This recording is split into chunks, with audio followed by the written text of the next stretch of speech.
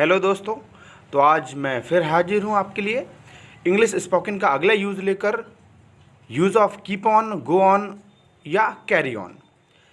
Keep on, go on, carry on का English बोलचाल में बहुत कॉमन प्रयोग है। तीनों किसी कार्य के लगातार जारी या बने रहने का अर्थ व्यक्त करते हैं। जब कोई काम लगातार होता रहता है तो ऐसे वाक्यों को हम कीप ऑन, गो ऑन या कैरी ऑन की मदद से अनुवाद करते हैं। Keep on, go on, carry on में से कोई भी एक का प्रयोग किया जा सकता है, लेकिन अधिकतर कीप ऑन का प्रयोग करते हैं क्योंकि ये बहुत कॉमन है। कीप ऑन ज़्यादा यूज़ किया जाता है। तो समझते हैं इस यूज़ को। देखिए, जैसे मैं कोई सेंटेंसेस दे रहा हूँ, आप उसको पढ़िए और समझिए। हमेशा भगवान को याद करते रहो, हमेशा भगवान की प्रार्थना करते रहो, हमेशा भगवान की आराधना करते रहो। ये तीनों सेंटेंस को जब हम इंग्लिश में बनाएंगे तो शुरुआत करेंगे keep on praying to God always, go on praying to God always या carry on praying to God always. चूँकि ये इम्परेटिव सेंटेंस है, अर्थात जैसे कम हेयर गो देयर वैसा है ना। तो keep on praying, keep on doing your work, ये काम करते रहो, ऐसा बोलते हैं ना। चलिए आगे देखते हैं। जैसे मैं कहूँ कॉलेज में रोज़ आते रहिए, keep on coming to college daily. यदि मैं कहूँ दौड़ते रहो तो कीप ऑन रनिंग, उनसे दूरी बनाए रखो, keep on maintaining distance from him, उससे दूरी बनाए रखो। कुछ और एग्जांपल्स देख लेते हैं।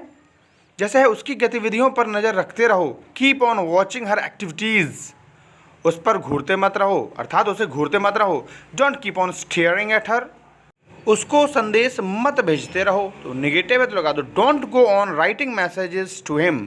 ट्यूशन क्लास लेते रहो, please carry on taking tuition classes. मेरी वीडियो देखते रहो, keep on watching my videos. Keep on, go on और कैरी ऑन में कोई भी लग सकता है, लेकिन कॉमन है कीप ऑन, तो कीप ऑन ही समझा रहा हूँ। कीप ऑन के बाद वर्ब फर्स्ट में आईएनजी आती है। चलिए कुछ और प्रकार के एग्जाम्पल्स देख लेते हैं। जैसे कोई बंदा बहुत बोलता हो तो हम उससे पूछेंगे क्या तुम बोलते रहते हो?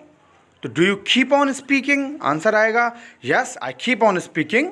यदि वो नहीं बोलता रहता तो बोलेंगे no, I don't keep on speaking. अब देखिए, इस एग्जाम्पल में मैंने आपको 4 प्रकार से समझाया है। जैसे मैं कहूँ मैं दिन भर सोता रहता हूँ, I keep on sleeping whole day. Negative में I do not keep on sleeping whole day. अब कोई को पूछना हो क्या लगा के, तो do I keep on sleeping whole day. अगर क्यों लगाना है तो आप लगा सकते हैं why do I keep on sleeping whole day.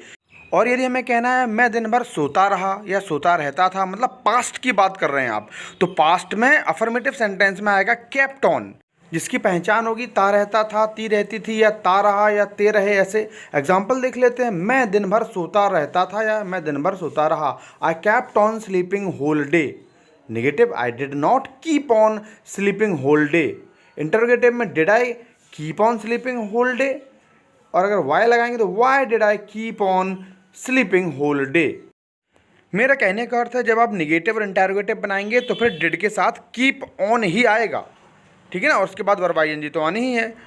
जब आप सिंपल बनाएंगे तब आएगा केप्ट ऑन, जैसे आई kept on sleeping, I kept on talking, I kept on working. मैं दिन भर काम करता रहा या करता रहता था, तो वर्ब सेकंड आएगा आई केप्ट ऑन। निगेटिव होगा तो डिड के साथ कीप आएगा।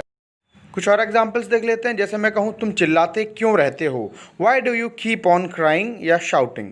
मेरी माँ डांटती रही और मैं सुनता रहा, ये पास्ट में है तो my mother kept on scolding and I kept on listening. Kept क्यों आया? क्योंकि ये पास्ट में है। अब क्या अब वह बोलता रहेगा, ये फ्यूचर में है तो आएगा will he keep on speaking now.